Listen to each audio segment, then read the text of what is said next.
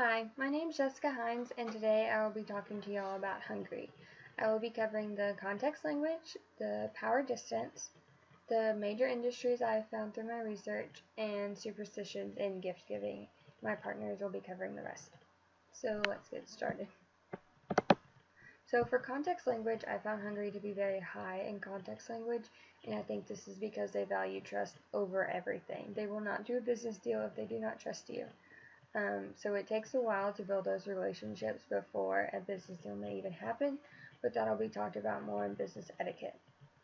Um, Also, this plays hand in hand kind of with eye contact. You want to be able to look someone in the eye because that shows that you could be you're telling the truth more than likely, and so hopefully they can see that and trust you or start to trust you, as in it might take a while. Um, Also, another thing I found with their high context language that plays in with their power distance actually is that their learning occurs by observing others. So this plays in with their power distance as the managers actually sometimes rely on their team members to compete or to complete something.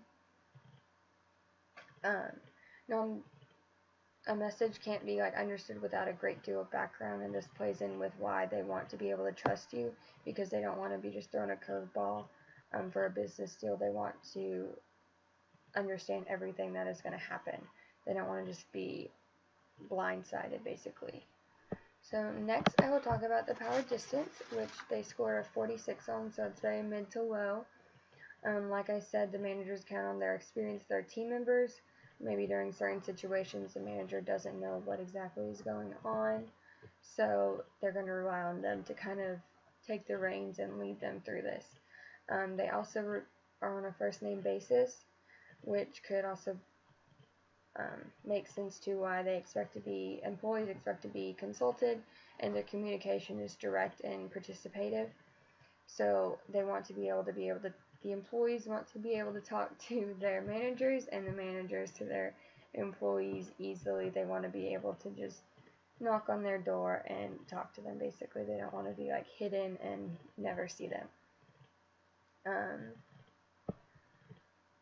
Next, I will talk about the 5 major industries. So I'll start with automotive, which is one of the core industries for Hungary, and it generates almost 21% of their total exports. There's 4 large automotive facilities that have production within their country, and 2 which are common, Suzuki and Audi, and then 2 not so common, Opel and Daimler. But the small and medium-sized local automotive companies within the country have actually become very stable, and they've actually been becoming strategic partners of the locally based and Western European car manufacturers. Next is electronics. It's actually one of the largest industrial sectors in Hungary.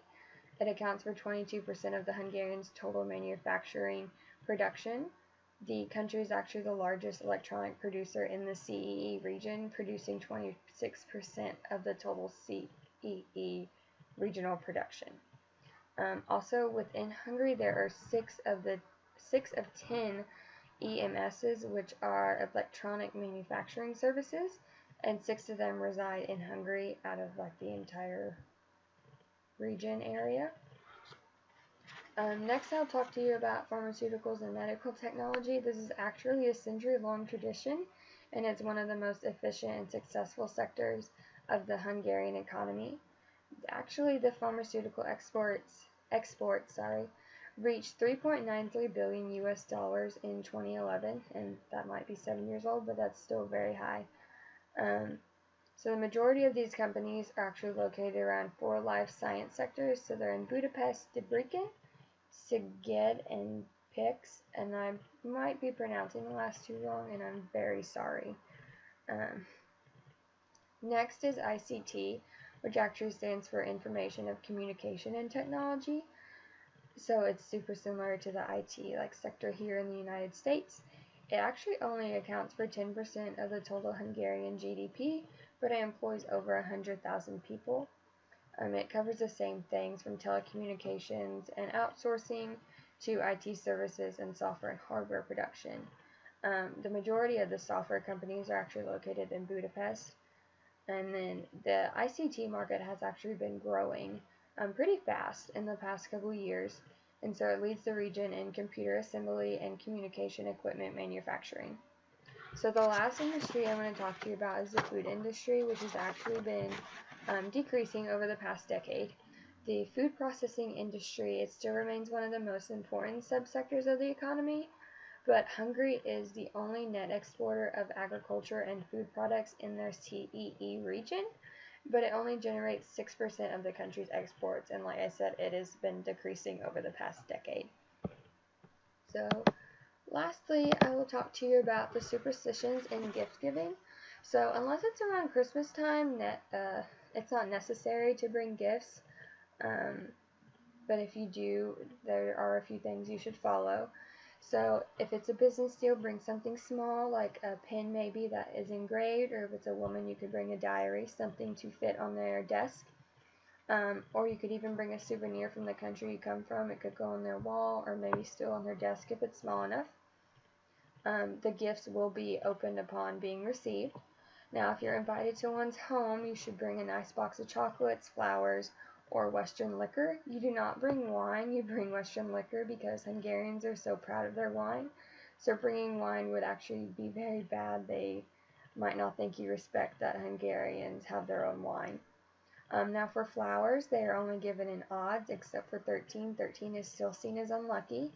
And you want to stay away from roses, lilies, and chrysanthemums. They are only given for mainly funerals and whatnot. And I think that covers it. Here are the list of my sources, and thank you for listening.